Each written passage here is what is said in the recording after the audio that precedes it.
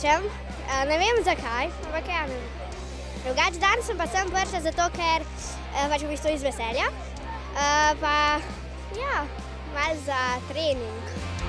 Danes sem prišla, da malo preizkusim sama sebe s časom, ker že dolgo nisem bila na stezi.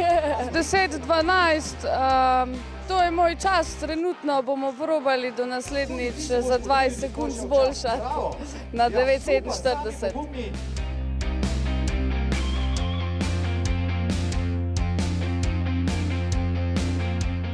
Sam start na tej deski, bom rekel, ni bilo tako zelo težko za nekatere, tako da smo pa v bistvu probali malo s počepi pa s prijemi prstov na nogah, tako da mislim, da so se dobro vsi odrezali. Jaz bi rekla, da je ravnotežnostni izziv težji kot plezalni izziv, vsaj za mene, no. Ampak pač bilo je fajno. Vsi smo se zbrali in ko pač vsi tekmujemo, pa jaz upam tudi, da zdaj ne bomo samo laufali tule, ampak da bodo tudi prišli plezati.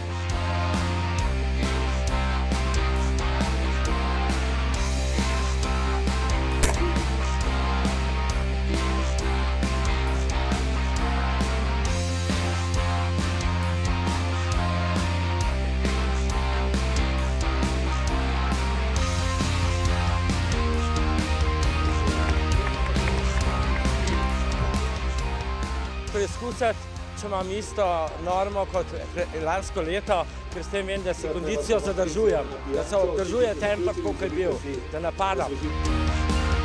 Tukaj lahko udeleženci pridejo v bistvu podpisati, da podpirajo čist šport in se v bistvu s tem z nami skupaj potem borijo proti dopingu. Potem pa tudi tukaj v bistvu na voljo, da se malo pogovorimo, da jim odgovorimo na določena vprašanja in ozaveščamo v bistvu o čistem športu nasploh.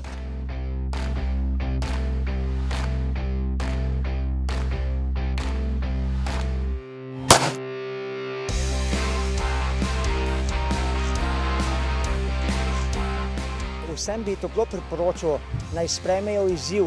Jaz sem bil udeležen na navijaškem letalu v Rio, bilo je izredno lepo in tako kot sem že poudaril, pejte na tekmo, dajte se potruditi, ne bo vam žal, uspe pa vsak, ko priteče na cilj.